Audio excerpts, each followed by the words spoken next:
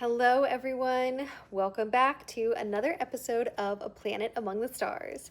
I am Dr. Jane, and it is officially eclipse season. This eclipse season is particularly intense. It is the first full set of eclipses on the Pisces-Virgo axis, so it is going to be introducing the next 18-month lunar cycle. During this eclipse season, we have the ending of the first activation of the mini grand triangle formed by Pluto, Neptune, and Uranus. And we have Saturn retrograde return into Pisces. All three of these events, the eclipse, the triangle, and Saturn, are activating that gateway between Pisces and Aries, which is so heavily activated this year, and about which I spoke in my mid-year astrology analysis. This part here is particularly relevant. Um, so the Pisces-Aries gate, the portal, is it's it's the circle. It's the end of the circle. It's the beginning of the circle. Pisces is the last sign of the zodiac. Aries is the first. It's the alpha and the omega. It's the snake eating its tail. It is the alchemical process,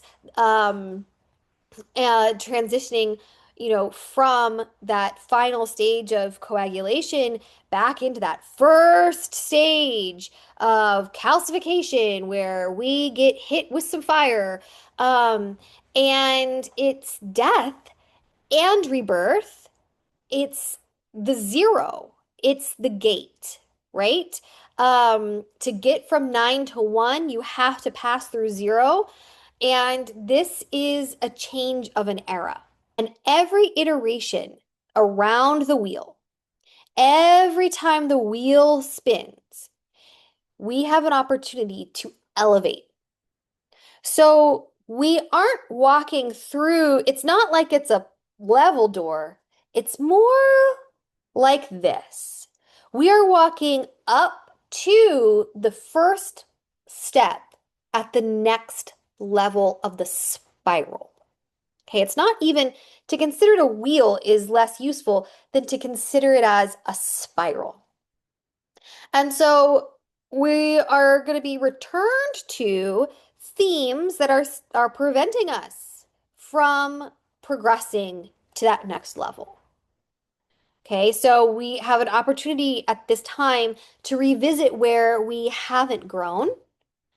Um, and also, this is evolution to a higher arc. So this last cycle has taken us as far as it can go, and now we need to redo the process. We need to restart the alchemy.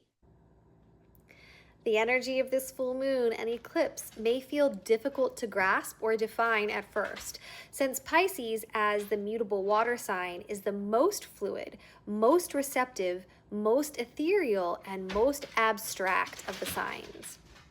Even the core key held by Pisces, the agape love, is an intangible, indescribable, abstract concept that can only be known through experience. And yet, when we experience it, we know.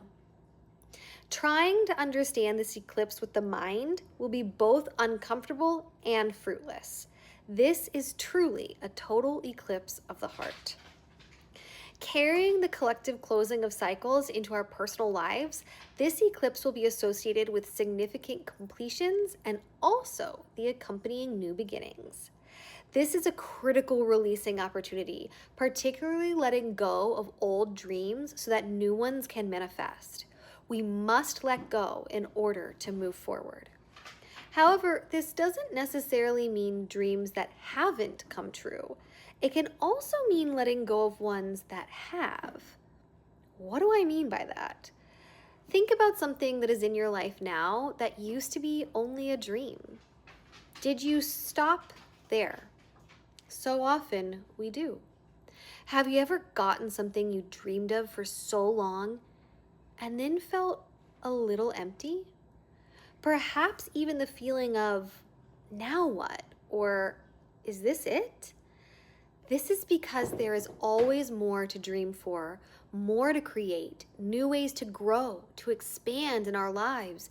And our spirit is not fulfilled if we are not progressing towards something. And our dreams are our compass to that progression.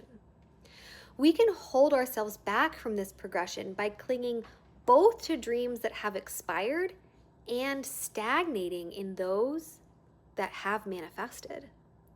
So, this eclipse, have gratitude for the dreams that have guided you thus far and open your heart to new ones, big ones, knowing that they can come true because so many already have. Additionally, with Saturn's influence close at hand, discernment, karmic resolution, and coming to terms with the reality of our desires will be major themes. The interplay of discipline and surrender, the rhythm of ebb and flow, contraction and expansion are highlighted by Saturn in Pisces. When we master this balance, we can make any dream a reality. All of this together creates a swirling and at times overwhelmingly unclear energy for this full moon, and not everyone is going to handle it well. Expect it to be emotional and dreamy, but not without grief, and also hope. This is an eclipse of paradoxes. If you feel confused, oriented, hazy, frustrated, and just all around crunchy, don't be surprised. Lean in. And above all, surrender to your heart. This eclipse is about emotional maturity, letting your heart guide you into the next chapter of your life, allowing yourself to grow and evolve and experience deep shifts in core beliefs.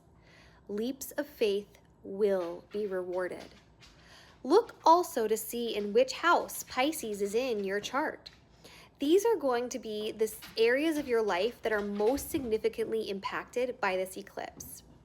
If you want support during this eclipse season, I am offering special eclipse season chart readings, as well as max meditations curated to support you in these energies.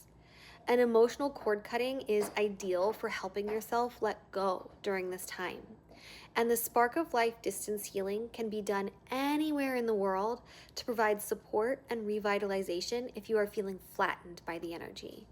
And if you really want to maximize the potential of this time, I offer a 3-session series to heal the heart, release unwanted habits, and bring in a new positive foundation. As always, never hesitate to reach out. And happy fall eclipse season, everyone!